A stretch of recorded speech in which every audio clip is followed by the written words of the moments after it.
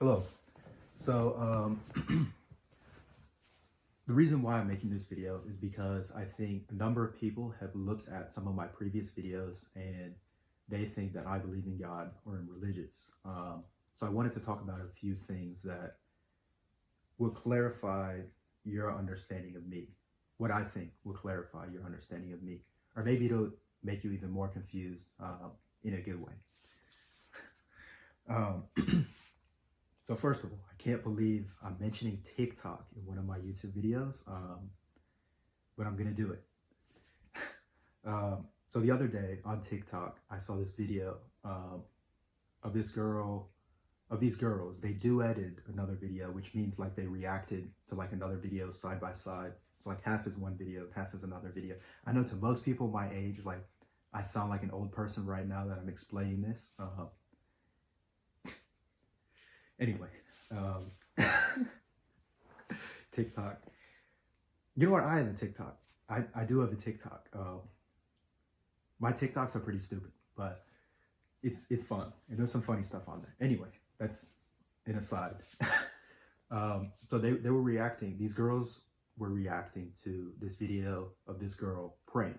And this girl was praying about, I believe she was praying about some, and I don't even remember, because that's not really the point. She was praying about, I think, other people, for them to not have anxiety or some illness or something to get better. I think it was about other people, or maybe it was about herself, but she was praying about something. And it was very meaningful. I can tell it was very meaningful to that girl. And then these girls that were reacting to it, they were like laughing and like being sarcastic with their reaction, and they were just making fun of her, So what do I think of that? I think that's just being a dick. The girls reacting to the girl praying, because I think there's different ways to look at the purpose of prayer. I don't pray at all, and I still think there's different ways to look at the purpose of prayer. I think the last time I prayed was whenever my parents told me to, whenever I was like 10. Then after that, if they told me, I didn't really do it, unless, they were watching me or something. And then eventually they stopped that even. Anyway.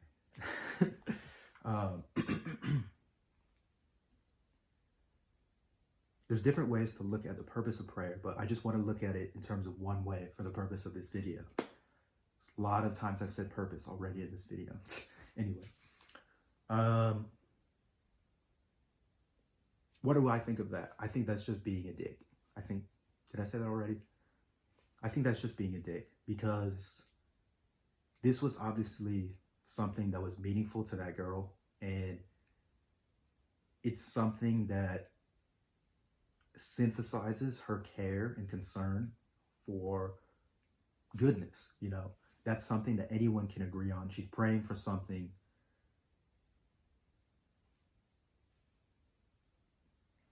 out of goodness. Nothing else that's better comes to my mind right now. Anyway, and it's not hurting anyone else. She's just praying for the benefit of her and the people around her in a way that's meaningful to her. And you're just reacting to it and just making fun of it for no reason other than to make yourself feel smart, I think, or probably to make yourself feel smart, I think. And it's an easy thing to attack, because making fun of someone that prays, you're making fun of something that doesn't have as direct of a consequence as someone doing something else. Like, for example, if someone is working out, then you know that they're physically becoming healthier. So it's harder to make fun of that. It's more of a direct consequence. But so that's what I think of that, okay? I don't pray. Obviously, I just talked about my experience with praying, but I think making fun of someone like that, that's just being a dick. It is just being insensitive to other human beings who've had something that's meaningful to them, okay? And that leads me into talking about people that in my experience, who they believe in God, and the belief and devotion that they have is something special. I have some people in mind that I've met in my experience, and the way they believe in God and the way that they are devoted to their belief of God, it's significant, and it's not necessarily something that's easy. And I mentioned before in my religion video that I think a large number of people are religious because of social and cultural reasons, familial reasons. Not to say that that's bad. It's just the way it is. It's just a certain function of something.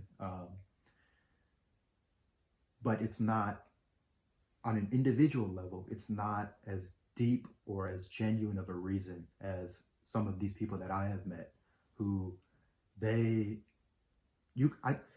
what I would say too is, I can see it in their eyes, these people. I'm thinking about them whenever they talk about this, or whenever I see them practice. I really can see it in their eyes, how much it means to them. I can see it. It's just like a feeling, a human to human feeling. And I can see it touches their core, I can tell. And I've mentioned in my religion video how wonderful I think that is for those individuals who experience that, who are not harming others. And I also know people who I can tell that they see little to no possibility in God. They truly believe it. At their core, I can tell that they see little to no possibility in God existing.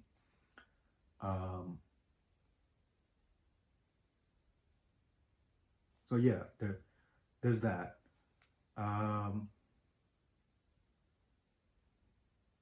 Give me 1 second to gather my thoughts. Okay, I think I remember where I was going with this. So I took a theology class 2 years ago, and that was a part of my university education. And I'm a physics major and computer science minor. And I'm really glad my university forced me to take it as a part of my education. But I actually am glad because it was very enriching, honestly. It was very enriching, and it was a wonderful experience. I learned a lot, and it really aided my knowledge and understanding. But it wasn't enlightening at all. It wasn't enlightening at all, and it didn't change my perspective at a deeper level, because I don't think anything that I've ever been taught in a classroom has ever enlightened me. It's only enriched me, which that's also good. But enlightenment, I think, comes from internal experience. And that's a separate matter than a class. And so I am one that sees the elegance and beauty of physics and mathematics. But all scientific theories are falsifiable. So one cannot use that as the basis for an absolute truth of there being no God. It's still a jump that you have to make with the tool of belief. It's the same jump that religious people make.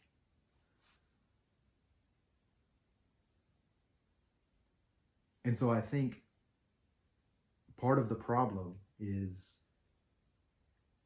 the whole question of religion versus science being diametrically opposed. That is the problem in itself. You don't even want to entertain that game, because I think it's important to understand that both are tools that have purposes that are important in history and in the present. I've mentioned in my religion video how important religion has been systematically and historically. And I just think it was necessary at different times, looking back at history. And it's also been used to commit total atrocities. And it's important that we don't forget that. And then there's how it can benefit the individual.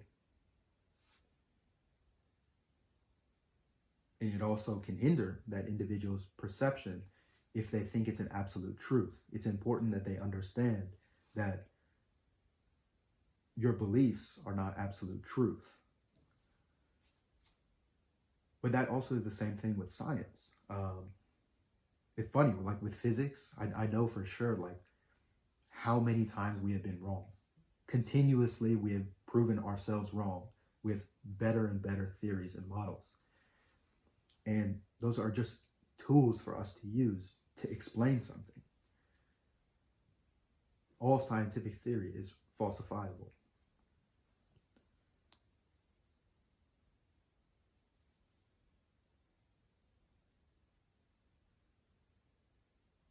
And so I think one way to help understand, for me to answer this question, this larger question, if I really wanted to answer someone asking me, do you believe in God? I would ask them this. I'm asking you this, I guess. Imagine, what would you do? Let's say, this is a hypothetical situation. Let's say somehow you are able to experience that, you are able to experience God and know for sure for yourself that God exists. You know, just you experience it for yourself, and then you know that it is true. And let's also say that you are able to experience somehow that God does not exist. You are able to have an experience that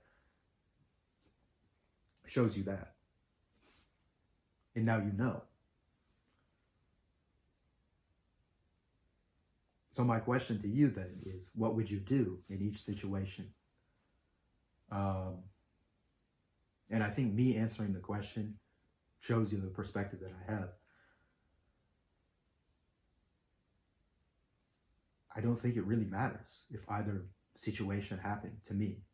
Theoretically, if I have to explore this possibility, I don't think it really matters. It wouldn't change anything about me, and it wouldn't change anything about how I live. And I think that's something that I kind of intuitively understood since I was about middle school age. And I've come to understand more in terms of thought rather than intuition as I've gotten older. I think that's all it really comes down to. So what I think is important is that human beings become more conscious and acknowledge the function that religion has played for society and for individuals in history, and the atrocities that people have used with religion as their justification. It's important we never forget that. And we understand, each individual understands through becoming more conscious that their beliefs are not absolute truths. They're just beliefs. And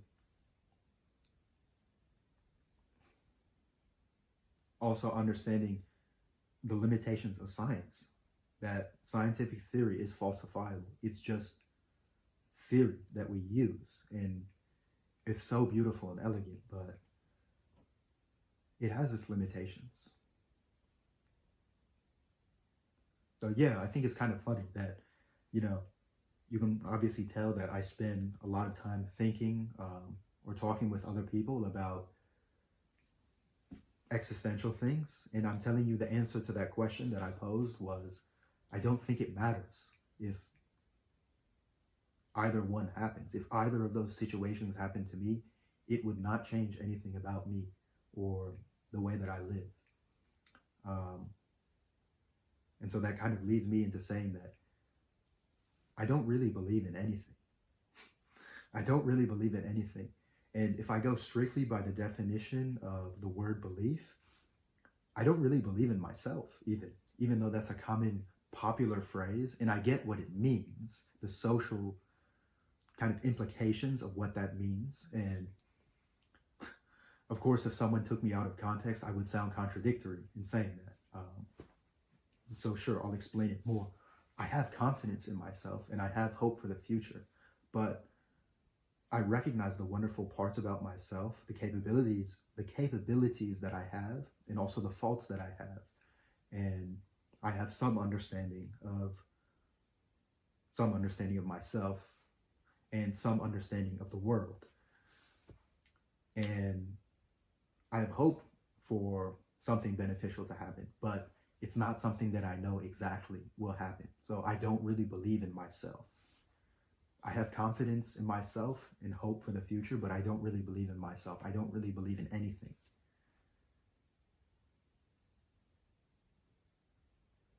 Yeah, if I go by the definition of belief, I don't really believe in anything. And actually, I think that's the end of this video. I think that's really all I have to say. Thank you for watching. Yeah, ask me what it feel like staring at the sky so vanilla, telling Kurt Russell, homie, this ain't real life. I'll be making good on my promises. Honesty is confidence, a lot of it is missing, but I realize I could be better than I was. Lighter on my feet, cooking up the soul when we fire up the beat. Let the fire underneath me, higher when I speak, like I'm climbing up a steep tree. Ooh, coming